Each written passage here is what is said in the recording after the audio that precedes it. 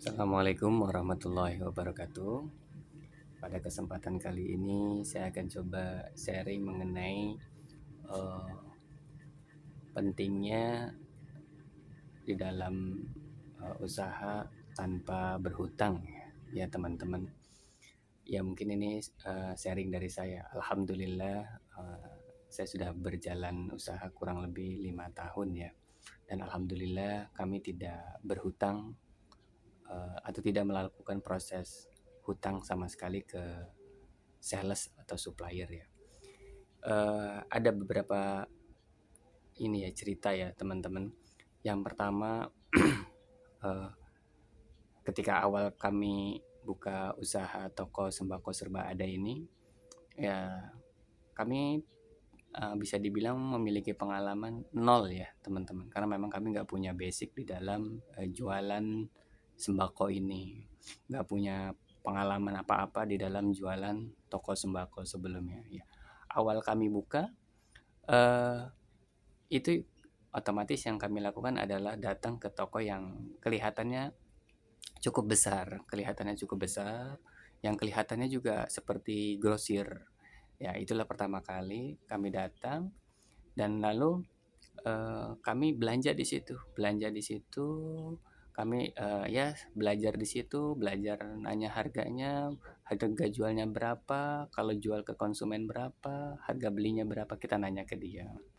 Ya, berjalannya waktu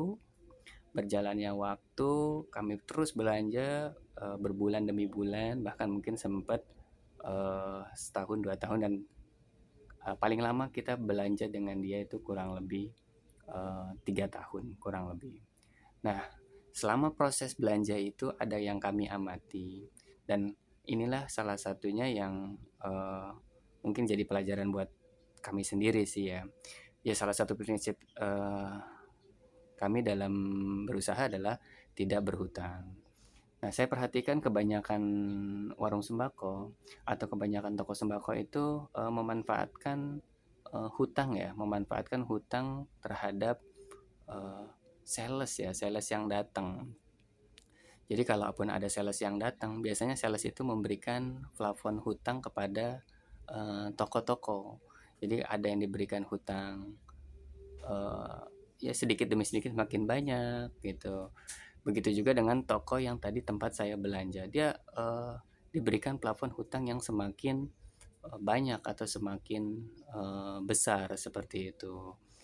Nah, saya perhatikan waktu demi waktu ternyata barangnya sempat terlihat semakin membludak, semakin banyak, tapi ada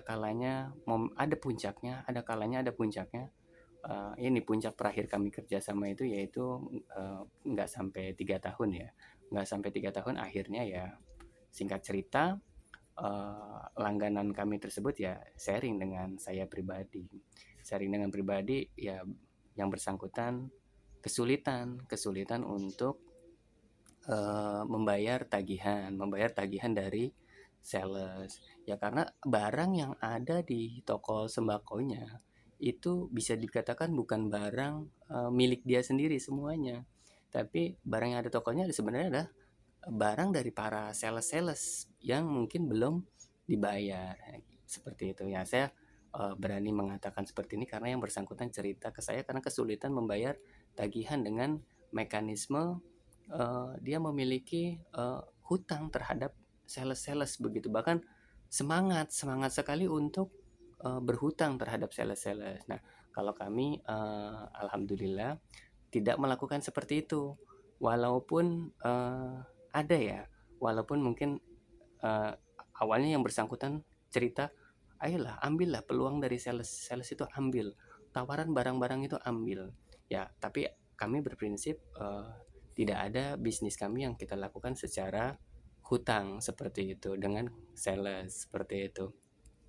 Nah, akhirnya dari tahun pertama, tahun kedua, tahun ketiga itu tidak ada yang kami lakukan hutang secara sales.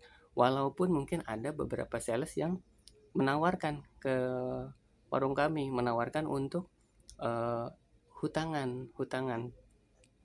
Ya, cuman salah satu catatan juga yang membuat kami semakin yakin ternyata hutangan dari sales itu itu nanti akan berdampak pada barang yang datang. Barang yang datang itu terkadang kurang sesuai dengan barang yang kita harapkan kalau seandainya barang itu hutangan ya dari sales ya. Ya kalau misalnya kami selalu bayar cash terhadap semua sales yang datang. Jadi tidak ada yang tidak terbayar ketika sales itu datang. Barang datang, kita bayar cash atau transfer. Jadi tidak ada barang yang hutangan terhadap para sales. Jadi alhamdulillah bisa bertahan lebih lama, dan mudah-mudahan insya Allah kami sih yakin bisnis tanpa berhutang itu akan semakin terus tumbuh dan terus berkembang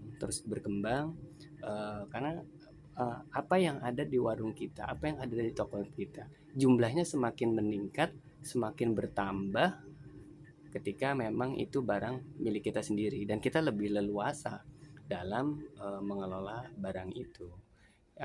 Kejadian ini bukan terjadi di satu toko yang terus terang supplier saya atau mungkin tempat saya belajar yang kesulitan membayar tagihannya. Selama saya bekerja sama dengan toko-toko yang lebih besar, eh, ada dua toko yang kejadiannya mirip ya, yaitu mereka kesulitan membayar tagihan karena barang yang ada di tokonya adalah bukan barang milik sendiri. Jadi dia berharap uang yang ada di tokonya itu buat bayar hutangan. Sayang sayang sekali ya. Jadi di situ sehingga pengembangannya sangat sulit apalagi untuk UMKM, apalagi untuk usaha yang baru mulai. Makanya apalagi usaha yang baru mulai ya sebaiknya jangan menggunakan hutangan apalagi pinjaman ya. Ya kalau bisa modal awal dulu sendiri yang lebih leluasa ngelolanya gitu. Baik, mungkin pada kesempatan pagi ini itu aja yang saya sharingin.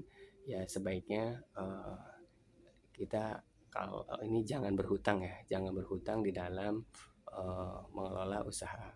Gunakan modal sendiri dulu.